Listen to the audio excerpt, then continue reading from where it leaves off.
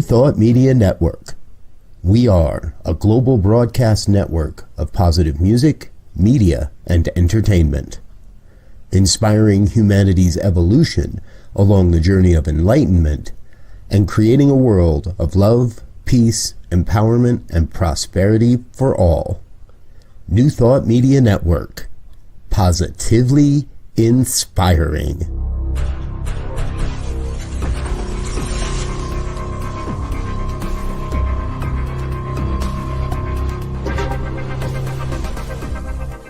Live from a secure concrete bunker somewhere in Ohio, New Thought Media Network presents Pastor Michael Mangus with Friday's Fireside Chat, spiritual conversation for today.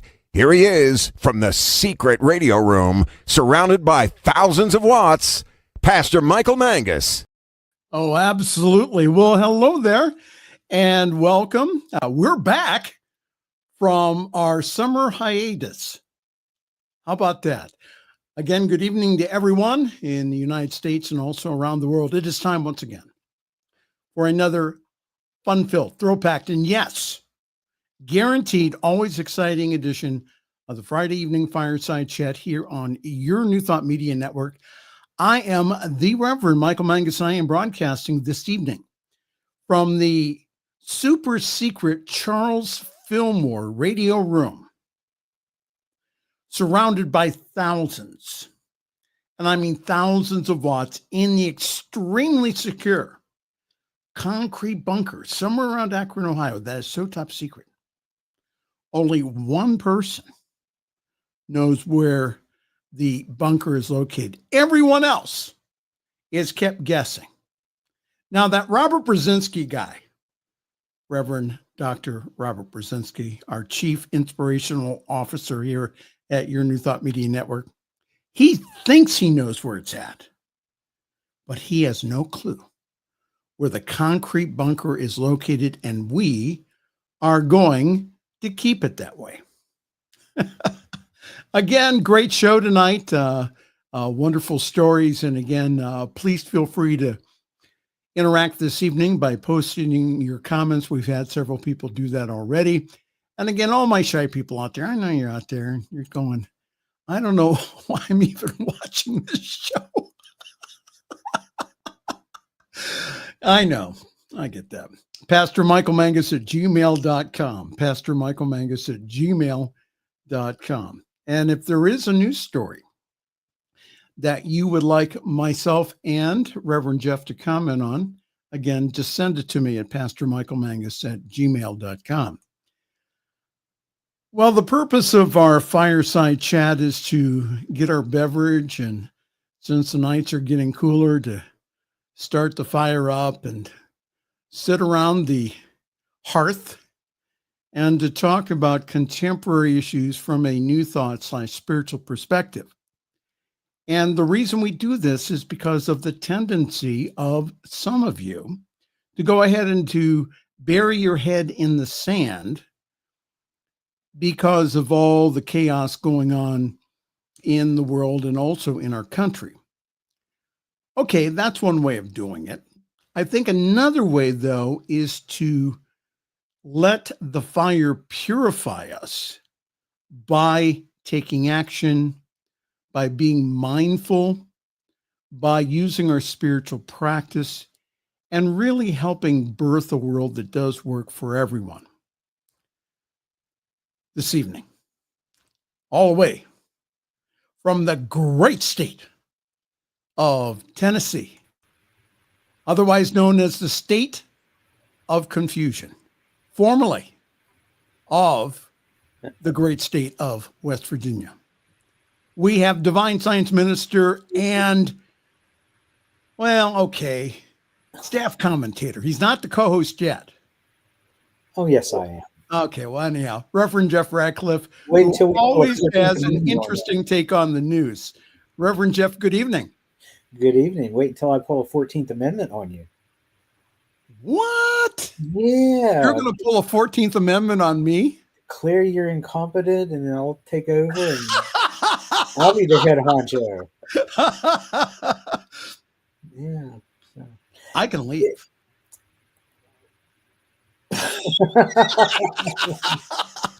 Yeah, it's funny. You came on and you said we're back, and and I flashed on a Gloria Gaynor song, and I'm starting to sing "I Will Survive" in my mind while I'm listening to you talk. Well, the reason we're back is not because of the fireside chat. No, it's because of this. Now here's Reverend Jeff Radcliffe with the story of the week. That's the only reason we're here. And it's a good one too. Well, okay. So, Jeff, this week when legal was reviewing your story, first of all, they said they found it very moving. Mm-hmm. Now, if you say X-Lax, I'm going to get really upset. No, I did not. Okay. The email I also received from legal said that more than likely you won't need any F-bombs for your story. However, legal did tell me that since we were on hiatus for several weeks, and the news this week being highly controversial, legal has granted you this evening up to 5, count them, 5 F-bombs to be used at your discretion. Okay. But during the story of the week, can I at least say, holy shit?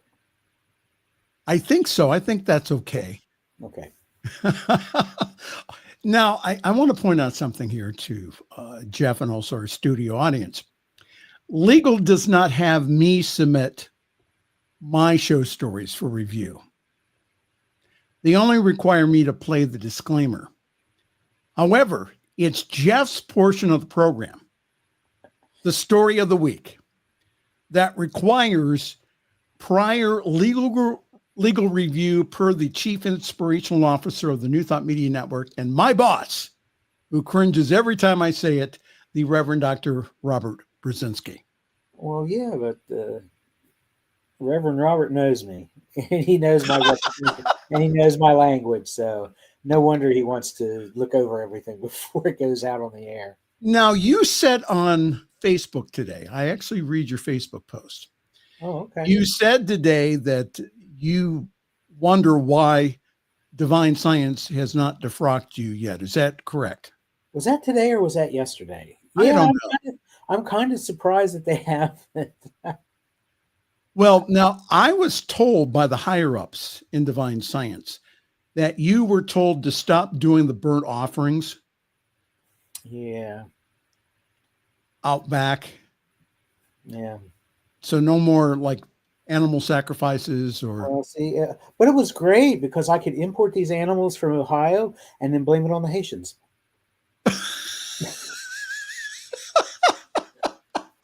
They weren't eating the pets. I was down here barbecuing them. It's a joke, people. It's a joke. It's a joke. Okay. It's a joke. Oh, I can see it already. Oh, did you see the one? Oh man, I'm going to shoot out at the Monday meeting already. Well, we did have. I posted the other day about the guy who got the call from his son's teacher. No, yeah, go ahead. Oh no, it's very dark. It's okay. Well, maybe we can. Let's just put it this way: a lot of people got upset with that one, and I was like, "Ooh, okay."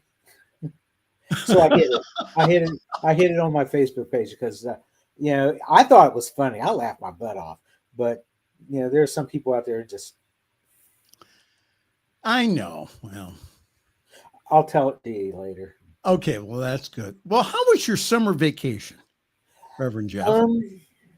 Well, I took the time to have a medical procedure, and what else did I do?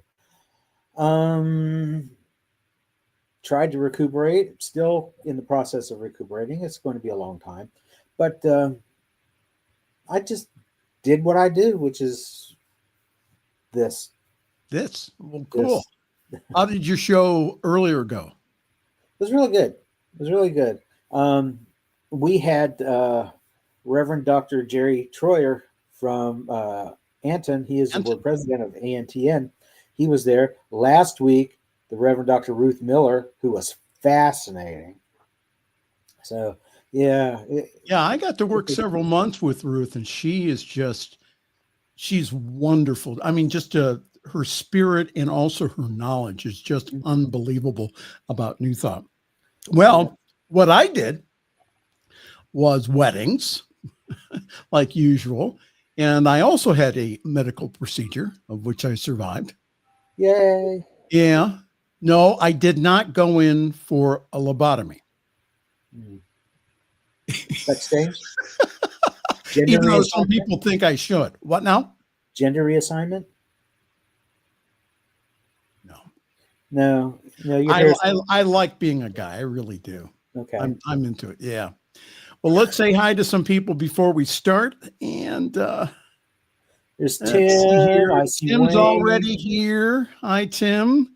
And again, all the way from Calgary, Alberta, Canada, he is the North American New Thought Media Network heavyweight champion. He is Wayne Baldwin. Now, do we have to pay tariff on Wayne? Is that true? I think we're going to have to. I think they're getting ready to really kick him in hard. So sorry, Wayne, we might not be able to afford you anymore. Well, I'll tell you what, it's been an interesting summer because that a lot of the Canadians have canceled their travel plans to the U.S. Mm-hmm. So there are some areas, especially up in New England, that are very popular with the Canadians that they just went ahead and they called up and they said, not this year. Mm-hmm. Isn't that interesting? Yeah. Kentucky's getting hit hard with the tariffs. Tennessee's getting hit hard with the tariffs. Kentucky because of the bourbon. Tennessee kind of sort of because of the bourbon, but because we have several automobile manufacturing sites here. And of course, some of the parts can't be manufactured here. They have to be manufactured overseas and brought in. Of course, that jacks up the price of the car. Right. So, yeah. Well, Tim is saying he understands that we have to cover our assets here. So that's the reason why we have to take your stories, not mine, but your stories to legal. But you have up to 5 F-bombs this week. How did you get that? I guess Rev Doc likes me. All right. We have put it off long enough, ladies and gentlemen. Yeah, let's do it. It's the news. And the occupation of Washington, D.C. continues by the National Guard. The D.C. deployment, though, is questioned as Trump's crime emergency is set to expire. This is from NBC4 Washington station there. It says, as D.C. officials blast the Trump administration's federal surge in the nation's capital, many are questioning how much longer National Guard troops and federal agents will patrol the streets. The public safety emergency that Donald Trump declared for D.C. last month is due to expire in a few days on September the 10th. There's a lot of questions about what happens next, but few on the record answers. Well, what's going to happen is this. If Congress doesn't extend the emergency, that would allow Trump's takeover of the Metropolitan Police Department to expire on Wednesday. So they have to do something. They have to vote on it, and it looks like they're not going to. The Washington Post and also Politico reports that the U.S. House won't vote to extend the emergency. House Speaker Mike Johnson was asked about a vote on the crime emergency and whether there would be additional votes on other D.C.-related proposals in Congress, including forcing tougher policies on youth crime. So, a social post media put out by the D.C. National Guard on Thursday caused some more confusion. The post says that deployment of the Guard would be extended through November the 30th, leading to believe that some of the soldiers would continue to patrol the city streets for several more months. However, the D.C. National Guard says that the extension is an administrative matter that ensures that those deployed will not lose pay and benefits. And the extension only applies to the DC Guard. It does not extend to the National Guard troops sent by several Republican governors, including our own, or my own, Governor Mike DeWine. All right. So here's the thing, though. The DC Guard get to keep their pay and their benefits. The other guys are losing out on this thing because being deployed as a National Guardsman to another state for things, you end up, it's almost like serving on jury duty. Yeah, you get to keep your job when you're done, but you're getting paid so much less than what you would have been making. So if you're in a combat zone, you get paid that rate, correct? Well, you'll also get hazard pay for that, which might, bump it up a little bit. But if you're working in the private sector as a civilian, making, $5,000, a week, you're not going to get that working, in a guard, even in a combat zone. Well, it seems that we have so what they did was they brought in 2,000 National Guard troops. The contingent of National Guard soldiers have been divided into serving the safe and secure mission. So half of them have been deputized by the U.S. Marshal's office to arrest, but the other half have been assigned to gardening, a beautification task force. The troops working on the secure mission are assigned to support federal and local law enforcement efforts, while the beautification project is largely designed to clean up national park properties in the city. Now, my question is this. It's costing the American taxpayer $1 million a day for these troops. Mm-hmm. My question is, why couldn't we hire young people or people with green cards from Mexico?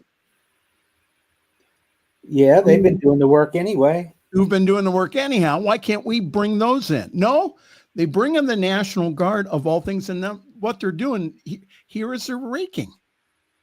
Yeah. When I was stationed in Fort Lee, Virginia, it was like February, I think, and the weather was beautiful. One weekend it was sunshine, it was 72 degrees. The next weekend we had a nor'easter blow through and dropped about 15 inches of snow. Well, of course, you can't march, you can't drill and that kind of stuff like that, but you can, and we did shovel the parking lot of the PX. Now, why did you do that? You have trucks to do that, and plows. You have to have a certain number of hours worked per week, and that was how they got us our hours, so to speak. You can't have the troops sitting around on their ass doing nothing and getting paid for it. They got to earn it.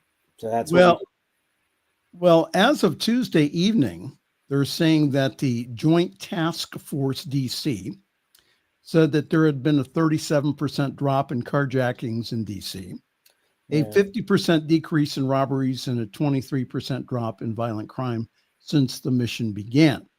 Which I don't believe. Which I don't believe also. Though Trump justified the troop surge to Washington by saying that the crime was out of control in the city, violent crime had declined in 2024 and has declined again so far in 2025. There's a simple answer to this, President Trump. Just go ahead and defund the police. That's all you have to do. People don't like that term. What, fund the police? Yeah, they don't understand it. So they think defund the police means take their money away from them. That's not what it means. It means allocate it to other people who are better suited to do that particular aspect of the job. Right. Well, some of the soldiers have been doing things like replanting grass, and what we just saw was raking leaves. The one of the police officers said that some are now referring to the troops as the National Gardeners, which he believes is also very deflating for them. And it says this is from the Joint Task Force DC. It says that to date, guardsmen have cleaned up more than 3.2 miles of roadways, collected more than 500 bags of trash, and disposed of 3 truckloads of plant waste in coordination with the U.S. National Park Service. Also, that they have also moved homeless people from tent areas in and around the D.C. area. Which is probably why they were actually sent there, but that's just... Well, more likely is Donald saw a homeless encampment and said, well, I have the National Guard. And for those people who are wondering why we're even talking about this, my question here is, why wasn't the National Guard called out on January 6th? When we did have an insurrection. Well, it's because he was staging the insurrection. You don't call out the troops on your own people. You blame it on Nancy Pelosi not doing it. Well, you don't pee on your own parade. But wait. There's more. So this is from, I picked this purposely from an international news source, Al Jazeera. And the reason being is that they, and also the BBC, the CBC, and also other news organizations around the globe, they've been having to explain to their audience this craziness. And so what I did was, again, I purposely went to the Al Jazeera site to get the story. It says officials in the U.S. city of Chicago were bracing for a possible deployment of the National Guard on Friday as a part of President Donald Trump's wider crackdown on crime and immigration, notably, many point out, in Democratic strongholds. Well, of course. Last week, CNN, citing unnamed officials, reported that the controversial military deployment could take place by Friday. Well, it hasn't as of yet. And that the National Guard might be ready to patrol the city on Saturday. Well, at the same time, a major federal immigration operation involving officials from ICE was also expected to begin in the city. Now, last Sunday, Illinois Governor J.B. Pritzker, a Democrat, claimed that the Trump administration had not informed him of the deployment plan, and also that such a move would amount to an invasion of the state. Now, again, this is not only being planned for Chicago, but also for Baltimore also. And again, we took a look in deploying the National Guard in June in Los Angeles. Again, proposedly or purportedly to fight the surging crime rate. But again, in all these places, residents and state officials have complained that such moves are undemocratic, you think, and that over-policing will erase trust between local police and communities. Now, a court did rule on Tuesday that the deployment was illegal. And it was the first time since 1965 that a president had federalized the National Guard troops to address unrest in a state without a governor's permission. And again, officials in Baltimore and Chicago also say that their crime rates have gone down over the past several years. Yeah. You know what these states or these cities all have in common that they want to send these troops into is the high number of people with greater amounts of melanin in their skin. That's the common denominator here. They've been out after black and brown people who they say are illegally here immigrating, and now they're going after our own people. That is why, ladies and gentlemen of the jury, that is why that we have been saying week after week here on this program and other programs is that we are seeing again the Nazi takeover of our country, that we are being ruled now by someone who is a dictator. And again, who's with a Sharpie is again not making law, but what he's doing is he's saying, okay, and he's going after his political enemies. John Bolton had a FBI raid this week. I wonder if he had anything to do with it. What do you think, Jeff? Yeah, maybe. All I know is I keep waiting for the big murals of that mango face to be plastered up on the outsides of buildings, like they do in communist China and North Korea. Well, on some of the buildings in DC, there are pictures of the Donald. Ugh.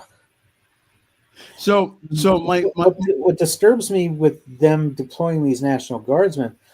Did you see the article? I read an article yesterday. They talked to the parents of some of these guardsmen who've been deployed, and the one mother was saying that her daughter is out walking the streets from 7A to 7P every day, just walking. She said, "My daughter's a tourist." Another guy said, "My kid walks up and down Chinatown all day long. He gets to eat Chinese food every day. That's all they're doing. They're just walking around." Here's the thing, though. Not all of those troops are unarmed. Most of them are. Some of them have been issued sidearms. Yes. And they have been given the license to use them. Mm-hmm. And we can fervently hope and pray that we do not experience another May 4th, 1970. If you remember what happened in Kent State. Yeah, that's right up the road for me. So, and I have to give huge props, not only to Chicago Governor J.B. Pritzker, but to Illinois Governor, but also Chicago Mayor Brandon Johnson. Yes. Who you showed his picture there. J.B. Pritzker was in the background. I like the fact that they're saying, no, we're not going to allow you to send these people into our state, into our city. The only thing is, they said that, and it was really cool, and everybody's getting behind that. And then over Labor Day weekend, they had a lot of shootings, and some people got killed. Yes. And I'm thinking to myself, this is not good. This just bolsters what Trump has been saying, talking about the violence. But it's a lot less, though. Yes, Chicago has been known to be a violent city. However, that the violence has gone down considerably in the past few years. So what concerns me here is what city is going to be next here. I mean, they could go ahead and they could put troops in Cleveland. They could put troops in Cincinnati. Any place that, again, that there's they could put troops in Akron. We have a Democratic governor, Democratic mayor.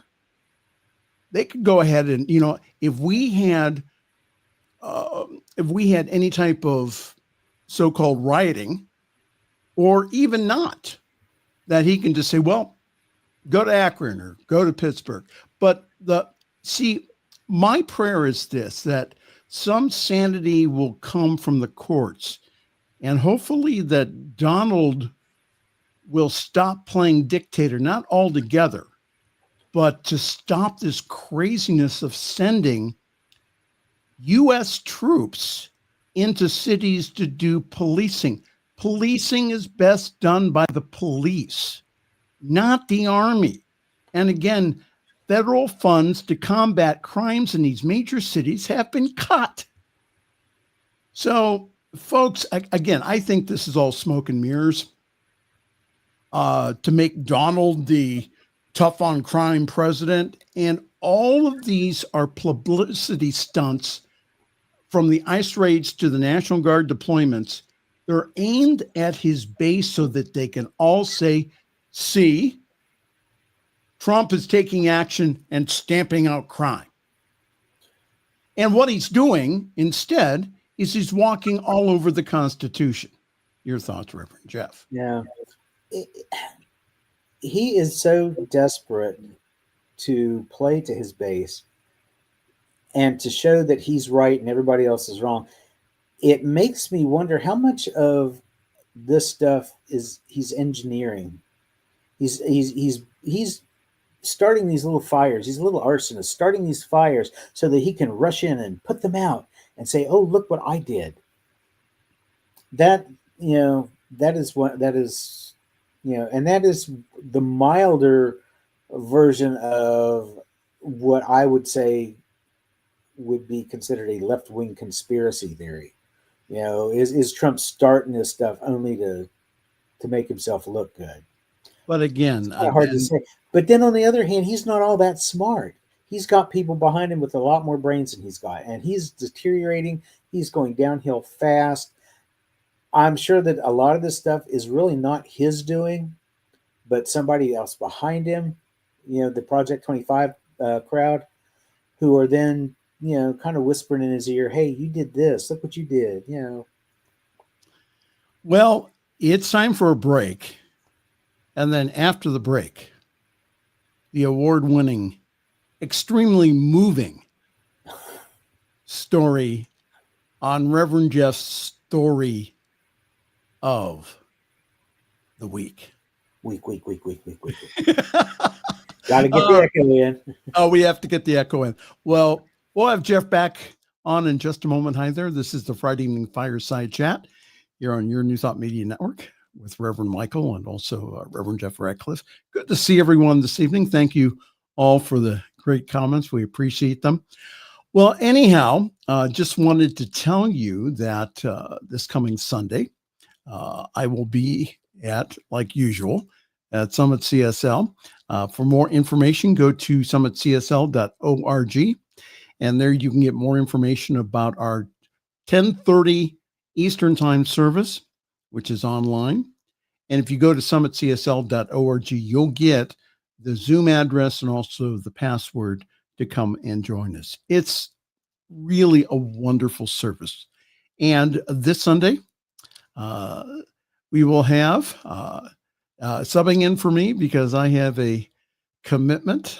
Unfortunately, I have a funeral to preside over, but author and wellness consultant, Dr. Carol Ann Drick, will be our special guest speaker this coming Sunday. So go to summitcsl.org for more information and join our Zoom call.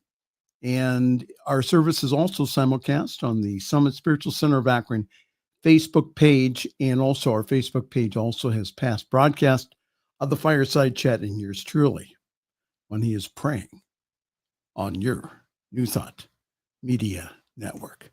Well, coming up in just a few moments, the award-winning and very popular Reverend Jeff's story of the week. And we'll be right back. Again, the Friday Evening Fireside Chat is live here on your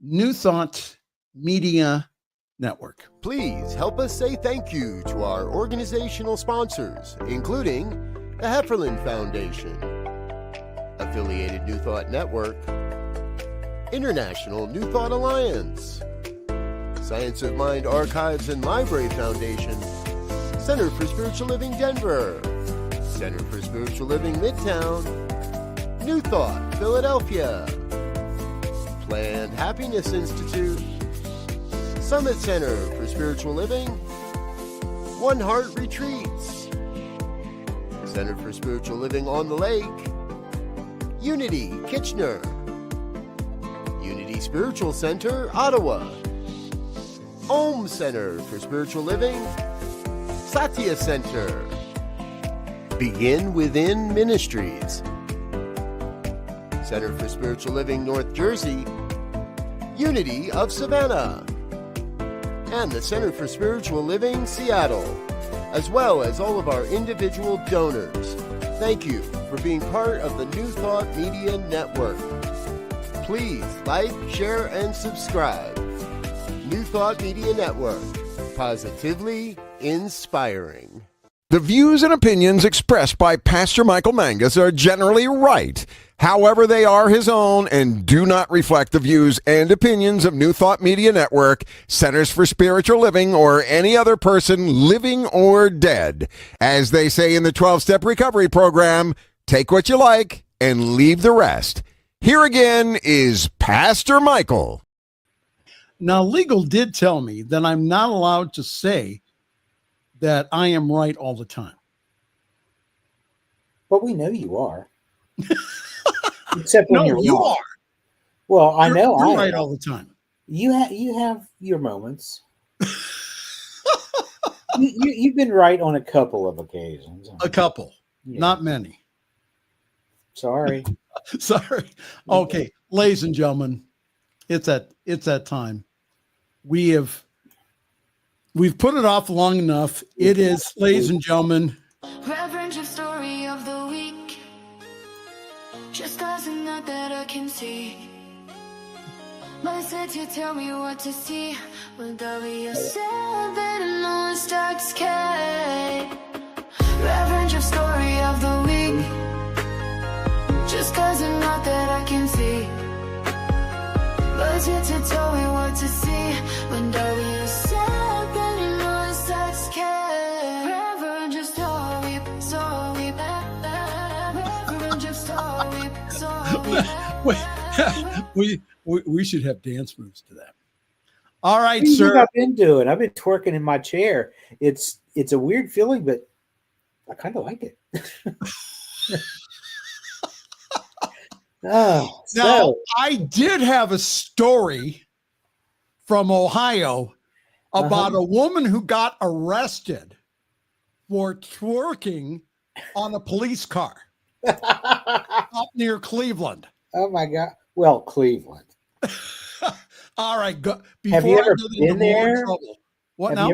Have you ever been there? Women wearing high heels and socks. Have you ever been there? Cleveland. Now, don't down Cleveland, okay? That's an old riff on that's a riff on an old Joan Rivers joke. Okay. Although she was All talking about Billings, Montana. All right. What do you All have? right. We've got like the really coolest story going in a unique world that we live in. This is a unique in the world event. A Swedish town is moving an entire historic church, all 672 tons of it, down the road to a new address. And they're doing it to save the church from falling into a sinkhole. Now, they've got these underground iron mines, and they just keep expanding and expanding and expanding. And so this part of town where this church is located, it's called Kiruna Kirka. It was built in 1912 for the Lutheran community of Kiruna. The church and several other buildings around it are being moved over the next 10 years as the mines continue to expand. Now, Kiruna Kirka was designed to look like a lavu or a hut of the Sami people, who are indigenous people living there. They're Europe's only recognized indigenous group who graze reindeer on the grasslands. So the state-run mining company LKAB has been granted approval for the mine's expansion over 20 years ago, and part of the agreement was either the compensation or the physical relocation of every building within the part of town that would be undermined. So when they started to tunnel under, these buildings, they thought it's cheaper to move them than to pay damages. So they tunneled under the floor plan to place a grid of beams, and if you look, you can see that grid of beams that is supporting the church. What's really cool about this, they put them on a series of trailers, and then they moved them the first few feet. People started showing up to watch this. 10,000 people lined the streets to watch as they went 0.2 miles an hour. Even King Carl Gustaf the 16th was there. And they left the church's pipe organ in there. They have a 2,000 pipe church organ. They wrapped it and packaged it so that it could stay there and not need to be removed from the church and reinstalled later. The bell tower, which is a separate structure, they moved the following day. So you've got this guy who stands in front of the church as it moves, and he controls the 224 wheels on a trailer below, kind of like a little man with a giant, incredibly slow remote-controlled car. So the church is only one of 24 cultural buildings in the Arctic town that's going to be moved. Tens of millions of dollars have been allocated by LKAB for moving and compensation for the buildings that are not going to be moved. And the company's chief executive officer told local reporters that without its historic church, which the Guardian newspaper described as one of Sweden's most beloved antique buildings, there could never be a town of Kiruna, and that moving it was the best, only, and the imperative option. So there you have it. See, that's why I said it was moving this week. Yeah. But I forgot to use my holy shit in the middle of talking about the church. Holy, you get it? You didn't. I forgot. Yeah. Oh, well. And you haven't used an F-bomb yet. Haven't used a fucking F-bomb yet either. So, no, I'm behaving. I'm behaving. Why? Today. I don't know. Oh. I have no idea. I don't know. Well, we have a couple more stories here, and I don't know. I think you're going to probably want to use one of them. Coming up here. It's not about Kid Rock in it, does it? Kid Rock? Yeah, he's not in this story, is he? No. Okay. But that will guarantee one. Unfortunately, 2 children were killed, and I think 17 were injured during a shooting at a church in Minneapolis. An attacker fired a rifle through the windows of a Roman Catholic church in Minneapolis, where children were celebrating their first Mass of the new school year on Wednesday. And the report from the mayor's office was during the Mass, a gunman approached on the outside of the building and began firing a rifle through the church windows towards the children sitting in the pews at the Mass. Shooting through the windows, he struck children and worshipers that were inside the building. The shooter was armed with a rifle, a shotgun, and a pistol. This was a deliberate act of violence against innocent children and other people worshiping. And the mayor said, now don't just say that this is about thoughts and prayers right now. These kids were literally praying. It was the first week of school. They were in church.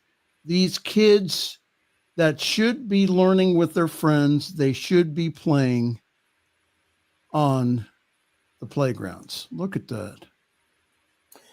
Wow. And again, I went to a Catholic grade school, and I remember going to Mass. So my heart just goes out to these parents, and that I go ahead and I start opening my big mouth on Facebook because I hang around you too much.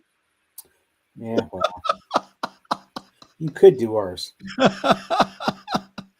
So anyhow, a couple more comments. It says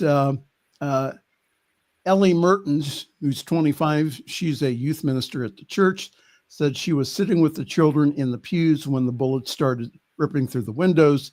The shooting lasted for around 2 minutes. Ms. Mertens said that I was just a few feet away from this window where it was. The pews saved my life. So what they had the kids do is go under the pews. Now, are they going to have to start doing that at Catholic schools now? Is start having drills when they go to mass? Because again, I remember that, all the grade levels, we had our separate rows at church, and we attended maybe 4 to 5 times a year. Wasn't that often, but we did attend. So, to go ahead and to have someone start shooting like that, it's just insane. Mayor Jacob Fry of Minneapolis said at a news conference that you just can't put into words the gravity, the tragedy, or the absolute pain of the situation. Mr. Fry, a vocal advocate for stricter gun laws, added, "Don't just say that this is about thoughts and prayers right now. These kids were literally praying."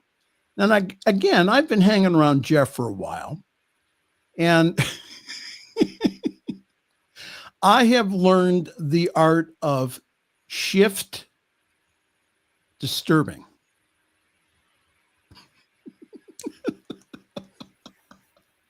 So you got to stir that pot and then jump back before you get splashed. Boy, did I stir the pot this week. So I put up this meme after the school shooting and said that this was the response from someone that I've known since high school, who's a Trump supporter. He said, TDS is a serious illness. It's also imaginary because it doesn't appear in the DSM-5. It's not a medical diagnosis. Right. But the people who really suffer from it are those people. Well, it's yes, it's for them, it's Trump delusionary syndrome, but they say that anybody who opposes Donald Trump, again, has TDS, Trump derangement syndrome. But anyhow, now he wrote this, he says, TDS is a serious illness. He needs protection. Already been shot once. So this was my response, which I thought was very well worded. I said, then let's put back into place sensible gun legislation like we had during the Reagan era after he got shot. I get the whole people kill, not guns argument. And if crazy people have a limited access to guns, then we can stop burying our children and protect the president. And for the record, I am not anti-gun. I am for sensible gun legislation that does background checks, mandatory training, and licensing. And I also put up this meme a few days before. And let me see if I can get the shot here. So, cars kill people too, say gun extremists. Okay, so let's play this game. So drivers must carry insurance. Drivers must pass a safety skills test. Also, each car has a unique vehicle identification number or a VIN that allows it to be tracked. So let's just pass the same rules for guns. Now, I can get behind that. Now, Robert Brzezinski and I, the Reverend Dr. Robert Brzezinski, who you and I call Rev Doc, him and I have had arguments, heated discussion on the air during No. other shows. Yes. During other shows about gun control. He's saying that let's get rid of all of them.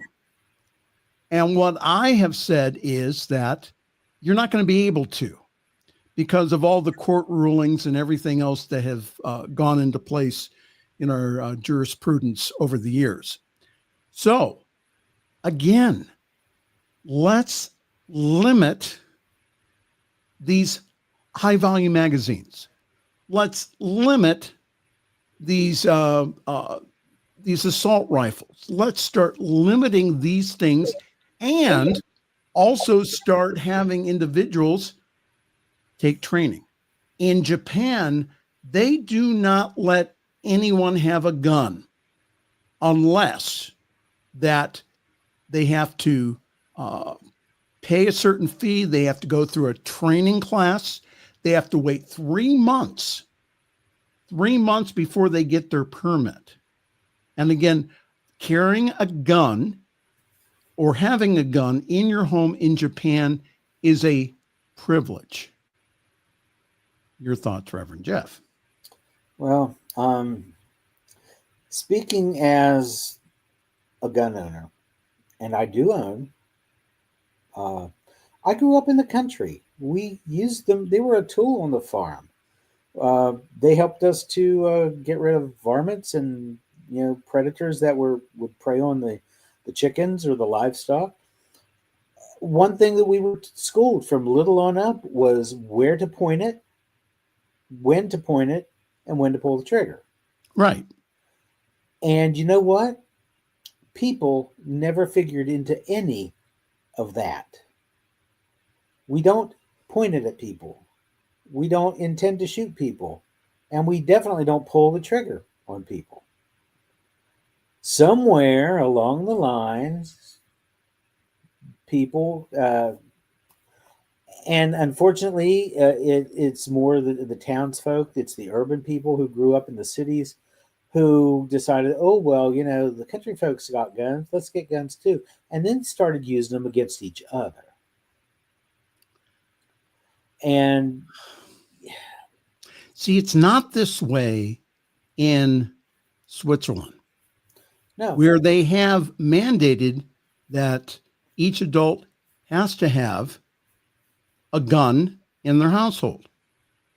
So now other countries, when they started having these mass shootings, and I'm thinking of Australia, they just went ahead and they just said, banned them completely. Yeah. They banned them completely. And they have not had any more school shootings. Now they've had knife attacks, but they haven't had this craziness that has gone on in this country.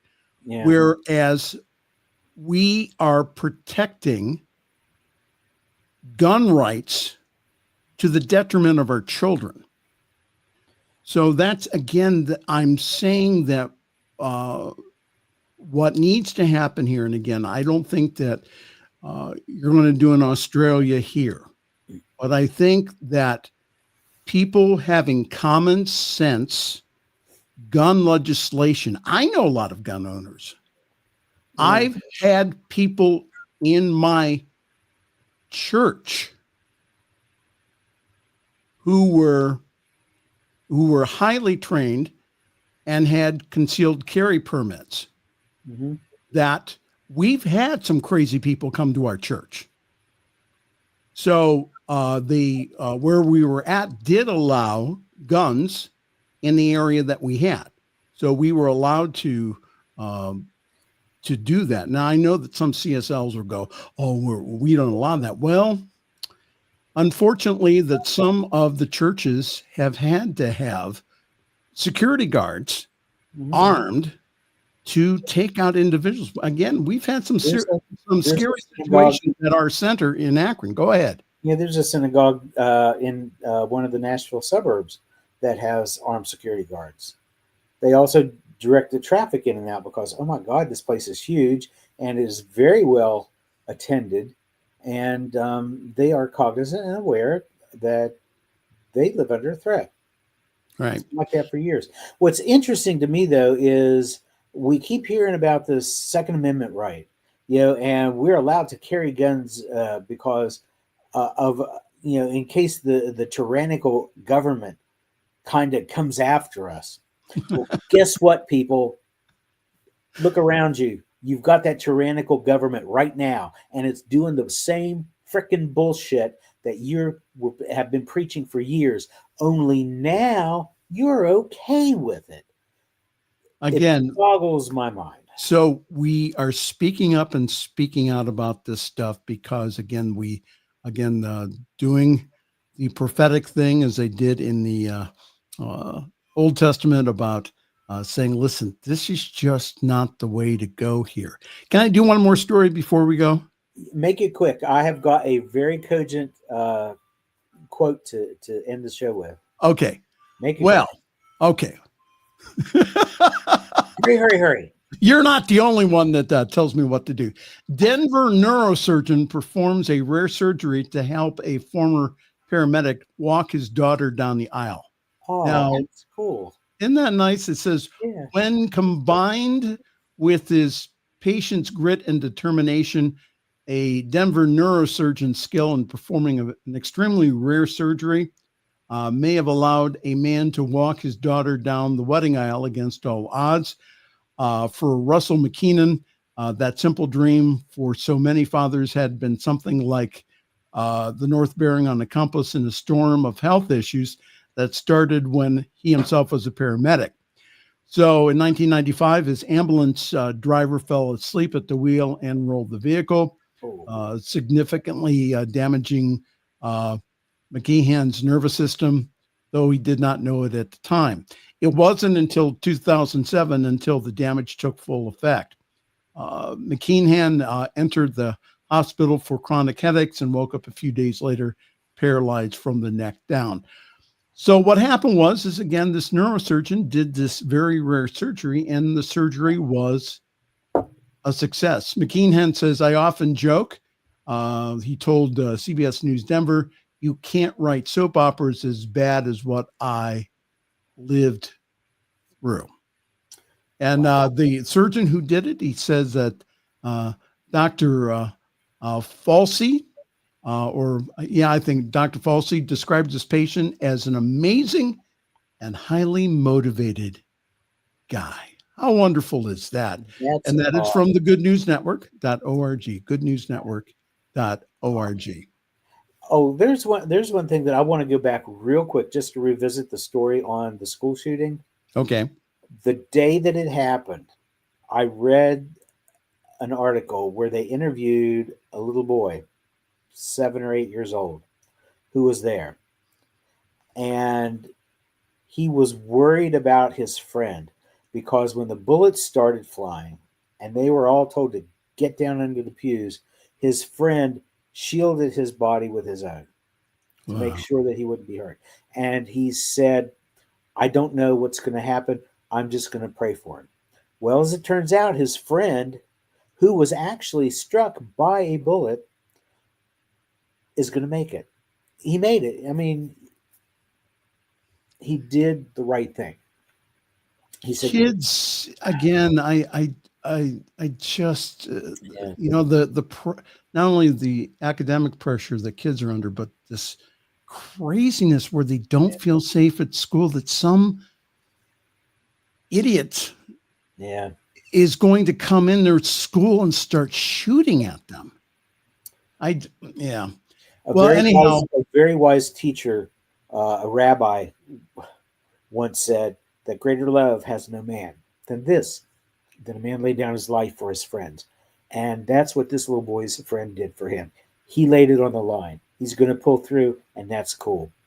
Joel Goldsmith said, do not make the metaphysical mistake of declaring that evil is not a power, but believing that good is. Be quick to recognize that there is no power but God.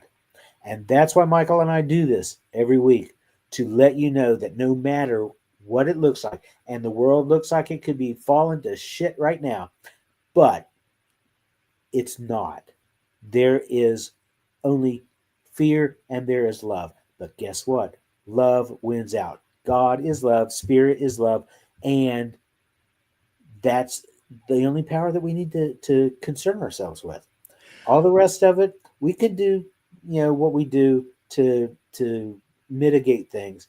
But in the end, we trust that the power of the omnipresence of spirit is at work and is going to smooth everything out. So Wayne Baldwin said this. He says, "You're not Canadian, but I still like you." We like you, Wayne. Wayne says, "Maple Leafs forever." Yes, Wayne, absolutely. He's quoting Barack Obama and says, "The world needs more Canada." Absolutely, Wayne. Yeah.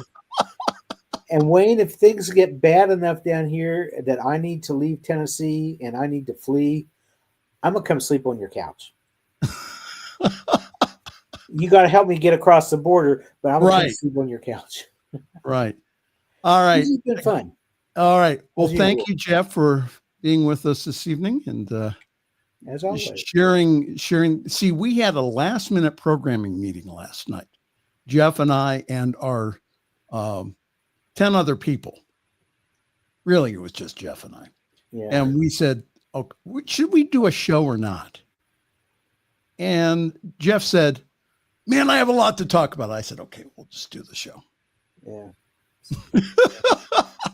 Well, thank you, sir. Like always, again, your earlier show is at 4:00 Eastern time. And that's everywhere. Yeah. That's Divine Science Everywhere. And you can also see that on replay on YouTube. Mm-hmm. So we're gonna say goodbye to Jeff here, and goodbye to you again. Thank you for joining us this evening. We love you. We appreciate you. Again, keep the faith. Keep doing your spiritual practice. Do not let your hearts be troubled, as a master teacher taught us. Again, it's probably going to get a little worse before it gets a little better. But again, that we have two options when there's fire, either to let it burn us or to let it purify us. And I'm encouraging people to do the second one. Let it purify you. All right, time for us to go. Thank you again very much. Join us again next week for another fun-filled, thrill-packed, and yes, always exciting edition of the Fireside Chat here on your New Thought Media Network. I am Reverend Michael Mangus, and I'm going to wish you a very pleasant good night and also sweet dreams. Thanks for joining us this evening for Friday's Fireside Chat with Pastor Michael Mangus. Join us again next week at 8 Eastern, 6 Mountain for more spiritual conversations for today. For more information and replays of past shows, please visit the New Thought Radio and Media Network's Facebook page. Until next week, may God bless you richly and abundantly.